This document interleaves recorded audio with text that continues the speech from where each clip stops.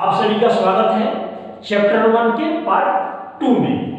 तो पार्ट 2 में हमने एक्सरसाइज 1.1 का जो क्वेश्चन है उसको हमने सम किया है। तो क्वेश्चन नंबर 1 है, question number 1, use English division algorithm to find the HCF. First part is the 135 and 225। इसका हमको एचसीएफ निकालना है और किसके बेस पे निकालना है? इंग्लिश डिवीजन एल्गोरिथम के माध्यम से निकालना है। तो सबसे पहले क्या करते हैं, सॉल्यूशन। जो एल्गोरिथम है ये लेमा का बेस है। एल्गोरिथम का अपना कोई भी स्टेटमेंट नहीं है, एक लेमा का बेस है, इसलिए हमको लेमा थ्योरम पर चलना पड़ेगा। By lemma English division lemma A equal to D Q plus R, जहां पर आर जो है greater than equal to 0 less than B. यहां पर जो है A इक्वल टू है यहां पर 225 एंड B इक्वल टू 135। तो ये बराबर हो गया B, ये बराबर है 225 इक्वल टू 135। यहां पर Q और R आपको निकालना पड़ेगा। तो इसके लिए हम क्या करते हैं, जो नॉर्मल एचसीएफ निकालते हैं, जो आपने प्रीवियस क्लास में पढ़ चुके होंगे। तो नॉर्मल जो हम एचसीएफ निकालते हैं डिवीजन मेथड से, उसको पहले निकाल देते हैं। 135 से डिवाइड करेंगे 225 को, तो यहां से मेरे को क्यूटेंट और रिमाइंडर मिल जाएगा इजीली। तो आपको सोल्व करने में, इस क्वेश्चन को बनाने में बहुत इजी हो जाएगा, इसीलिए हमने लिया है। नॉर्मल जो तरीके से एचसीएफ निकालते हैं वो यहां हमने कर दिया। यहां से हम क्यूटेंट और आर ले लेंगे। तो यहां पर हमने जो क्यूटेंट मेरा है यहां पर क्यू, यहां पर क्यूटेंट हो गया 1, यहां से हम 1 ले लिए प्लस आर, जो मेरा रिमाइंडर है यहां मिल गया 90। तो जो आर है 90 है, 0 के बराबर नहीं है। 90 जो मेरा है ग्रेटर देन 0। इसका मतलब अभी मेरे को नेक्स्ट स्टेप में चलना पड़ेगा। नेक्स्ट स्टेप क्या है? 135 इक्वल टू, अब यहां पर 135 को हमने डिवाइड किया, तो यहां पर जो b मेरा होगा, b होगा 90 और q यहां पर क्या होगा? क्यूटेंट होगा 1। क्यूटेंट मेरा 1 हो गया प्लस रिमाइंडर जो है 45 मेरा रिमाइंडर हो गया। तो जो रिमाइंडर यहां पे मेरा है 0 के बराबर नहीं है, greater than 0, not equal to 0। So next step इसका होगा 90 इक्वल टू, जो यहां पर b है मेरा हो गया 45 प्लस इंटू क्यूटेंट, यहां पर क्यूटेंट 2 है, यहां 2 लिया जाएगा क्यूटेंट प्लस जो रिमाइंडर है 0 आ गया मेरा, लास्ट में जो रिमाइंडर है 0 आ गया है। तो यहां पर हम लिख सकते हैं जो रिमाइंडर जो है 0 है इक्वल टू 0 हो गया। तो जब रिमाइंडर 0 आता है उस केस में जो b है मेरा वो 45 है, b के प्लेस पर 45 है। तो जो एचसीएफ हुआ, एचसीएफ हो गया 45, एचसीएफ जो है 45 हो गया। थ्योरम में बताया गया था जहां पर r 0 होता है उस स्टेज पर जो b के पोजीशन पर है वही एचसीएफ होता है, जहां पर 45 इसका एचसीएफ हो गया। तो इस तरह से ये इसका आंसर आ गया। आप आंसर लिख सकते हैं, आंसर। अब आप इसको नोट कर सकते हैं, नोट कर लीजिए। इसके बाद हम नेक्स्ट जो क्वेश्चन है 1 का पार्ट 2 है, उसको हम बनाते हैं। क्वेश्चन 1 पार्ट 2, क्वेश्चन 1 का पार्ट 2 है 196 एंड 38220, इसका हमको एसएफ निकालना है। तो देखिए कैसे करते हैं। सॉल्यूशन अप्लाई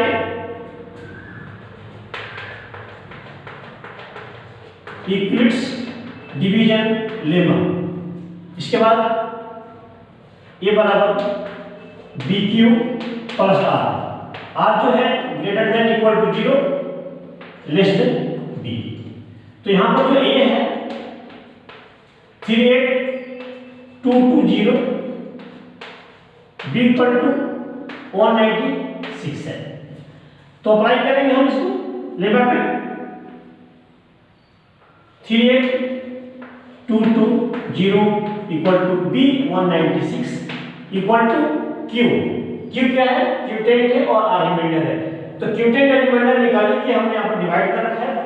जो डिवाइड से एसएफ निकालते हैं 196 से डिवाइड किया है। 38220 को 196 में कट गया है, तो रिमाइंडर यहाँ 0 आ गया है। तो यहाँ पर क्यूटेंट हो गया मेरा 195 और प्लस रिमाइंडर 0। तो यहाँ पर जो रिमाइंडर है 0 हो गया है। जब रिमाइंडर 0 हो गया तो जो B का स्थान 196 है, ये क्या हो गया? एसएफ हो गया। तो मेरा जो एसएफ निकला एसएफ 196 जो आंसर हो गया। 196 आंसर हो गया। तो इस तरह से है, ये कंप्लीट हो गया। आप इसको नोट कर सकते हैं। और इसके बाद में आपको अगला क्वेश्चन जो है 2 है उसको करके दिखाऊंगा। क्वेश्चन 2, तो मेरा जो क्वेश्चन 2 है, so that any positive odd integer is of the form 6q + 1 6q + 3 6q + 5 where q is some integer. यहां पर दिया हुआ है एनी ऑड पॉजिटिव का जो फॉर्म होगा दिस होगा, जहां पर q क्या है? सम इंटीजर्स है। तो ये इसको सॉल्व करने के लिए हम इसमें अप्लाई करेंगे Euclid's division lemma. Euclid's division lemma के माध्यम से इसको हम प्रूफ करेंगे। देखिए कैसे कर रहे हैं सॉल्यूशन। तो हमको ये मानना पड़ेगा एनी पॉजिटिव इंटीजर को मानना पड़ेगा। तो हम मानते हैं let a be any positive integer and b equal to 6 ले लिए, जबकि यहाँ 6 के फॉर्म में दिखाना है हमको, इसीलिए 6 लिया हुआ है। अब अप्लाई करते हैं Euclid's division lemma. a equal to BQ plus R जो है ग्रेटर देन इक्वल टू 0 और लेस देन B।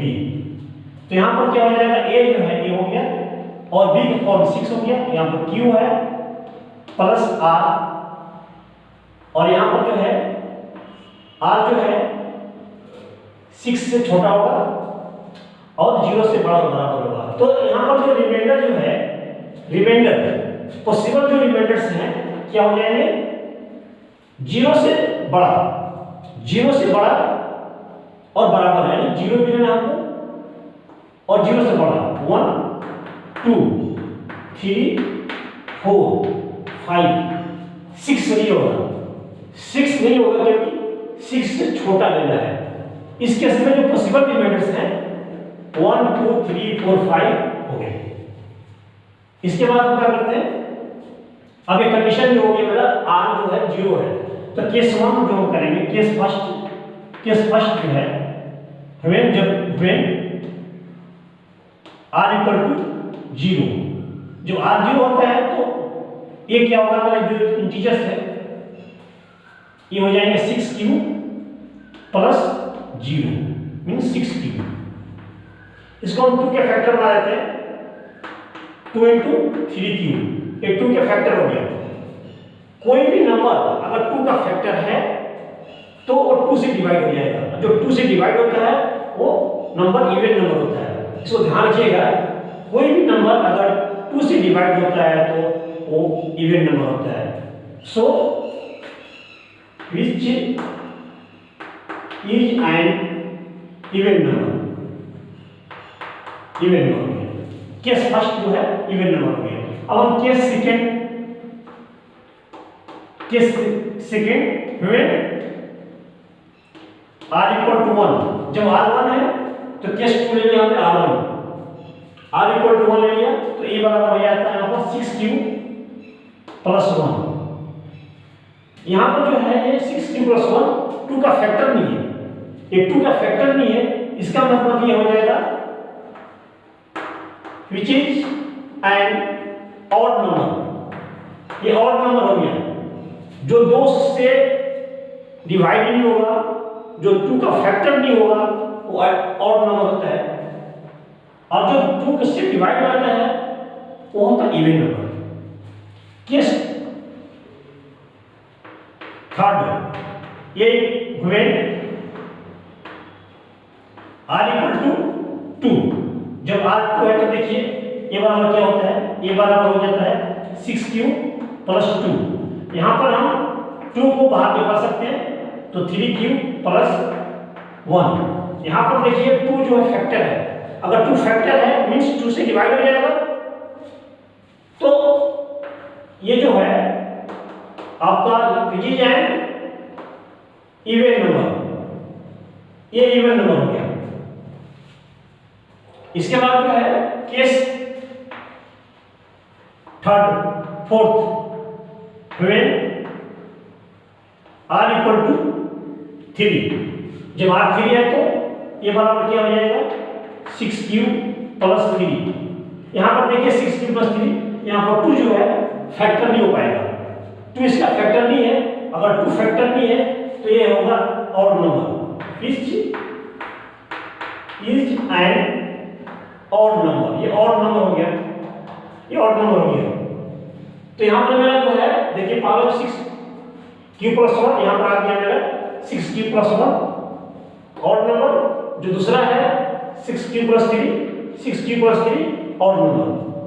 ये ऑड नंबर तो आ गया यहाँ पर 6q प्लस 1 और 6q प्लस 3 ऑड नंबर आ गया। अब एक और लाना है, इसको देखना है 6q प्लस 5, तो उसके लिए हम केस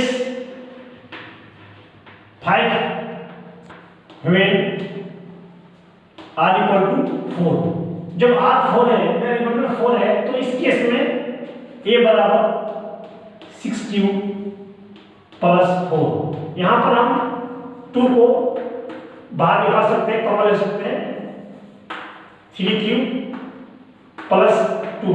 यहाँ पर 2 जो है फैक्टर है मीन्स 2 से डिवाइड हो जाएगा, इसीलिए इवन नंबर हो गया, ये इवन नंबर हो गया which is an even number, even number हो गया। इसके बाद है case 6 when r equal to 5, जब r 5 है, लास्ट जो है रिमाइंडर 5 है, तो a बराबर हो जाएगा यहाँ पर 6q प्लस 5। इसमें देखिए यहाँ पर 2 कॉमन नहीं है, हम 2 फैक्टर नहीं ले सकते इसका, यानी 2 कॉमन नहीं हो रहा है, यानी फैक्टर 2 नहीं है, इसीलिए विच इज एन ऑड नंबर, ये ऑड नंबर हो गया। इस तरह से हमको 6 प्लस 1 और 6 प्लस 3 और 6 प्लस 5 ये हमको मिल गया ऑड नंबर। तो hence any positive odd integer is of the form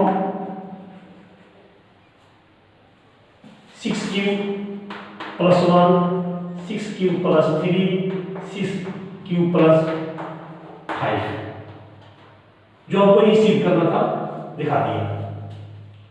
अब हम क्वेश्चन 3 की बात कर रहे हैं, तो क्वेश्चन 3 क्या है, an army contingent of 616 members to march behind any army band of 32 members in a parade the two groups are to march in the same number of columns. What is the maximum number of columns in which the can march? Question दे रहा है कि 32 जो है army band वाले हैं जो मार्च कर रहे हैं और उनके पीछे, उनके हर एक के पीछे 616 जो आर्मी हैं उनको खड़ा करना है। तो इस तरह से कितने उनके कॉलम्स बनेंगे वो निकालना है। कितने कॉलम बन सकते हैं ये हमको बताना है कि कितने कॉलम बन सकते हैं जो हर एक आर्मी बैंड के पीछे एक एक करके परेड में खड़ा करना है। तो अब यहाँ पर देखना है आपको, इसके लिए क्या करना है, एससीएफ निकालना है, एससीएफ निकालना है। इसको बताने के लिए मैं आपको समझा रहा हूँ। जैसे यहाँ पर मान लीजिए 32 जो आर्मी वाले हैं आगे खड़े रहेंगे परेड में और इनके पीछे एक एक करके जो 616 मेंबर है वो खड़ा करने हैं। तो इस तरह से बंदे जो आर्मी है पीछे खड़े होंगे और एक लाइन में 32 आनी चाहिए। हर एक लाइन में 32 मेंबर 32 आर्मी वाले खड़े करने हैं। तो हमको बताना है कि ऐसे कितने कॉलम्स बनेंगे, यानी फैक्टर बनेंगे, 32 से कितने फैक्टर बनेंगे, मैक्सिमम कितने फैक्टर बनेंगे, ये हमको बताना है इस क्वेश्चन में। तो बताना है कि मैक्सिमम कितने फैक्टर बनेंगे, maximum factor, maximum common factor. तो मैक्सिमम बताना पड़ेगा कि मैक्सिमम कॉमन फैक्टर जो है 32 का कितने बनेंगे। इसका मतलब हमको क्या निकालना है, एचसीएफ निकालना है, highest common factor, highest common factor निकालना है। तो जब मालूम चल गया हाईएस्ट कॉमन फैक्टर निकालना है तो हम इसको निकालने के लिए अप्लाई करेंगे Euclid's division lemma. Euclid's division lemma apply करके इसको हम इसका सोल्यूशन निकालेंगे, एचसीएफ निकालेंगे। तो जो यहाँ पर है बाई इक्विलिस्ट डिवीजन लेमा ए बराबर बी क्यू प्लस आर। यहाँ पर ए है, ए का मान यहाँ पर है 616 और बी को यहाँ पर रखे 32 और यहाँ पर जो आर है ग्रेटर देन इक्वल टू 0 और लेस देन बी।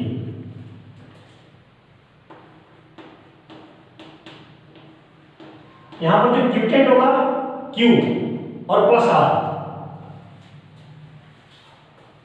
कहां से लेंगे, हम यहां से इसको लेंगे नॉर्मल एचसीएफ निकालने के पहले।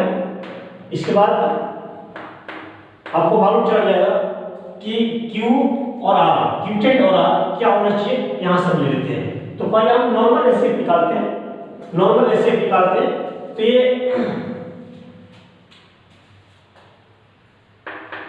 वन टाइम है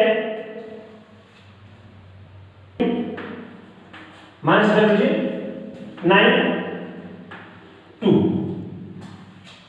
इसके बाद 6 आ गया है।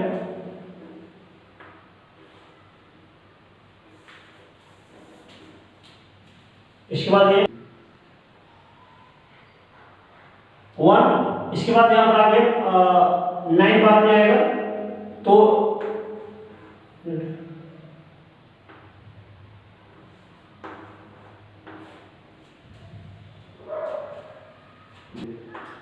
माइनस करेंगे इसको 8 और यहाँ हो जाएगा 0 0।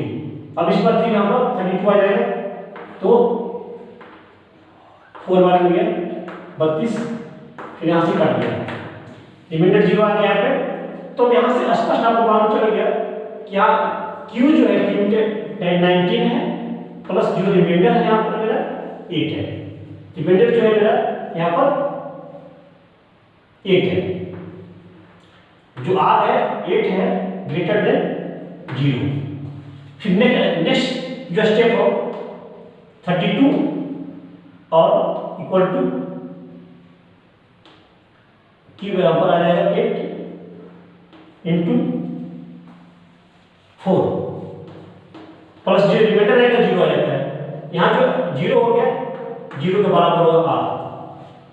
तो एसीएफ क्या बना यहाँ पर, जो बी की पोजीशन 8 है तो एसीएफ जो है 8 आ गया। तो जो मेरा आंसर होगा, जो नंबर ऑफ कॉलम्स बनेंगे, नंबर ऑफ 8 हो गया। 8 जो आंसर हो गया, ये जो आंसर हो गया, इसमें सिर्फ एचसीएफ निकालना था। बट आपको पता करना पड़ेगा कि एचसीएफ कैसे निकला है, वो जो हमने समझाया था उसके बिहार पर आप समझ सकते हैं कि एचसीएफ निकालना था, और बाकी आप अपना बाई इंग्लिश डिवीजन लेवा के पर इसको निकाल सकते हैं एचसीएफ। ये अपना आंसर हो गया। इसके बाद जो क्वेश्चन नंबर इसका 4 है और 5 है, तो नेक्स्ट वीडियो पार्ट 3 में आप उसको देख सकते हैं, हमने उसमें इसको सॉल्व किया है।